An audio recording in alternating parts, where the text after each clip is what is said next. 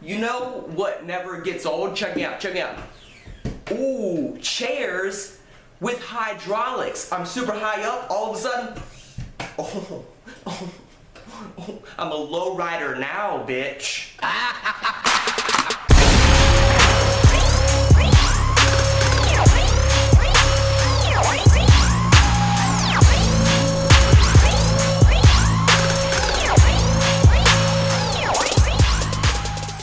What's up, guys? Welcome back to Thugged Out Thursdays, your TLG weekly commentary. Listen, there's been a bunch of video game news and information that just got released at Gamescom 2015, so we're gonna cover over that. But before we do, quick shout out to our Thug of the Week. His name is Ben Lyle. He happens to be my graphics designer, but this individual is very motivating for me because I recently helped him move into his new apartment complex. Now, the reason it was so inspiring for me to do that was because I've seen this individual bust his ass in order to achieve the success of the job that he now currently has and the living environment that he's now in. It's very motivating, and I think everybody can truly appreciate that and learn from it. So congratulations, man, you definitely are a thug. Now, if you yourself want to get the Thug of the Week, or perhaps nominate one of your friends or family members, all you have to do is fill out the form on the contact page of thuglifegaming.com. Let me know what makes you a thug. So in this video, we're going to be covering over the Microsoft press conference that they had for Xbox. Now, you might be wondering, Matt, what the hell, bro, Methian? Okay, why aren't you talking about PlayStation's press conference? And that would be because, for some damn reason, PlayStation, or Sony, didn't have a press conference at Gamescom. Marketing-wise, not the smartest thing in the world, because they have some great games that are about to come out, so I don't know why they didn't. But regardless, Xbox was the one that had the conference. So they started things off with revealing some of their 2016 video game lineup. And to do that, they brought out a developer from Remedy Games to discuss the Xbox One exclusive Quantum Break. Now, if you haven't heard of this title, okay, I am so sorry, because this game looks awesome, all right? And there's two things that really set this game aside from any other title that's really getting ready to come out. The first of which is the time manipulation theme of the gameplay, right? Because like I said, you can manipulate time. You can put things in slow motion. You can speedrun up to people and clothesline them like Stone Cold Steve Austin.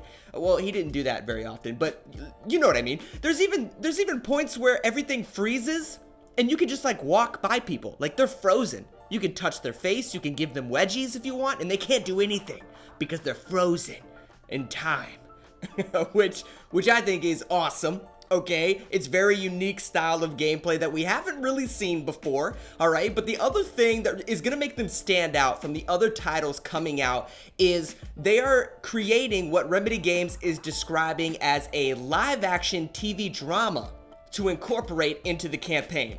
Now, this is just like a television show you would watch on your couch at home. These are real cameras, real actors, and they're creating a show to put alongside the campaign story. Now, I don't know how the hell they're going to do this, but if they pull it off, it's going to be amazing. It might actually, you know, become something that revolutionizes the way developers create campaigns, but that's if it works, and that's a big if, so we'll have to wait and see. But that is Quantum Break, a great way to start off their Gamescom conference. Now, the next title that they revealed in the same 2016 theme was Crackdown 3. Now, I'm not gonna lie, okay, I'm not a big fan of Crackdown whatsoever. I only bought the first game because it had the Halo 3 beta on it.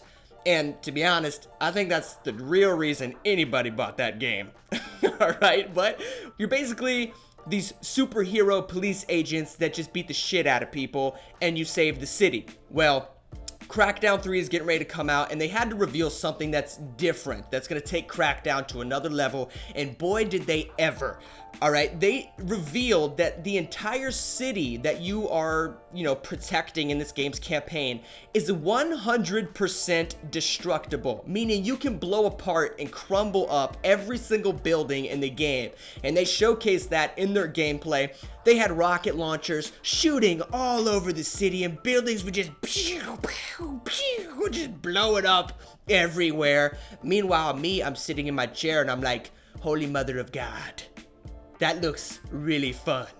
But it's $60, so we're gonna have to hustle the streets here and get some money to save up for it. Regardless, it looks a lot of fun, and it stays true to the third-person action kind of genre that Crackdown does so damn well. So definitely excited for that. Now, the last game that they revealed in their 2016 lineup is Scalebound. Now, I'm not gonna sit here and act as if I'm super hyped for this game, right? Because when they first revealed it, I was just like you guys. I'm like, what the hell is this, right? Because it looked so stupid to me. It had this NSYNC Backstreet Boys guy with like blonde tipped hair. He had Dre beats on his head, a big ass sword on his back, and he's riding a dragon. Okay, and that's how I describe the game. It is a retro action RPG. I thought the first trailer for it looked so stupid, but then here at Gamescom, they played the demo for it. And what the hell? I'm not even kidding you guys. I would give this my Game of the Show award. It looked awesome. I mean, I was having an insane amount of fun just watching this guy play the damn game. Okay, first, he starts off and it has a little bit of comedic relief, right? The main character, he's joking with his big-ass dragon. He's making, sarcastic jokes. I kind of liked that. I liked the personality of him. Then he gets off his dragon and all hell breaks loose. He's sending his dragon to go attack shit while he's like slicing up enemies and stuff. And if I had to guess, I was thinking that the game is probably being made with the Unreal 4 engine. Now, I say that because all of the action in this game, the movement of your dragon, the combat with your sword, everything looks extremely smooth and the textures look phenomenal. And at the end of the demo, they revealed that it is 4-player co-op, which 4 dragons side by side? That's some Game of Thrones stuff right there that I am excited for. But anyway, before we get into the tech side of things, okay, they mentioned 2 titles that are coming to Xbox Game Preview. Now, if you don't know what this is, it's a section of your Xbox dashboard that allows you to preview games before they actually release. Now, you can decide to purchase these games to help fund the project itself, or you can just simply give your feedback to the developers in order to make the launch of the game much more smooth. Now, the first title I'm talking about is Ark Survival Evolved. This game is a dinosaur survival game. What? Do I even need to say anything else? We've all seen Jurassic Park and we know how fantastic that is. So you're telling me I can now play that? I'm in. I'm totally in. There's hours of gameplay that are being dedicated here. But the gameplay that they showed was absolutely beautiful. Something I'm very excited for. And now the last game that they showed coming to game preview is my favorite trailer that was shown during this conference. It was for a game called We Happy Few. Now, it reminds me a lot of Bioshock 1 in the sense of it seems very, very artistic and unique, but it is extremely creepy. I mean, this shit is creepy as hell, all right? And I think it's something that everybody, once you see this trailer, you're gonna be very interested in it. After that, they really started to discuss the future of technology with the Xbox One and what Windows 10 is going to do for the system. Now, if you do not know, in November, they are launching a brand new Windows 10 user interface for the Xbox One dashboard, and with that comes some pretty damn cool features. You've got backwards compatibility being released for everybody, and you have television DVR also coming out. Now, this is going to allow you to record your favorite television shows and movies directly on your Xbox One, or you can stream it to any Windows 10 device. Plus, you can actually download it onto those devices so that you don't need the internet to watch it on the go. They then discussed how Windows 10 is going to affect cross-platform gaming with features such as cross-buy and cross-play. Now, cross-buy means any game that you purchase on your Windows 10 PC can also be played on your Xbox One so that you don't need to purchase 2 copies. Personally, I think that's badass, because if I want to play it on my PC, I can play it on my PC. If I want to play it on my Xbox One, You get it. Anyway, then we move on to cross-play. Now, I think this is completely overlooked by anyone that was watching this conference, because this is awesome. This is something that gamers have been wanting forever. Cross-play means that if you are using your Xbox app on your Windows 10 PC, you can play Xbox Live games with people on their Xbox One. So PC users can play with Xbox users. That blows my mind. We've been talking about doing this shit for years now, and as soon as we bring it up, everyone's just like, alright, well that's pretty cool. Screw that, dude.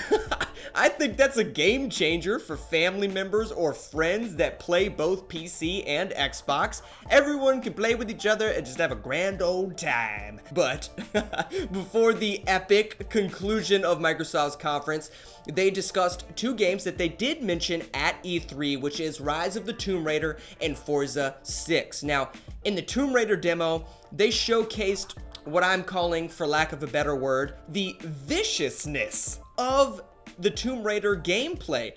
Lara Croft these days is stabbing people in their face. Okay, they showed multiple takedowns that you can do on people. You can approach scenarios within the game in multiple different ways. You can do it stealthily. You can just go in, balls to the wall, shoot 'em up style, or you can do a mixture of both. Now for the Forza demo that was displayed, the theme of this one was realism. The best example of that is them discussing the rain wet textures within the game.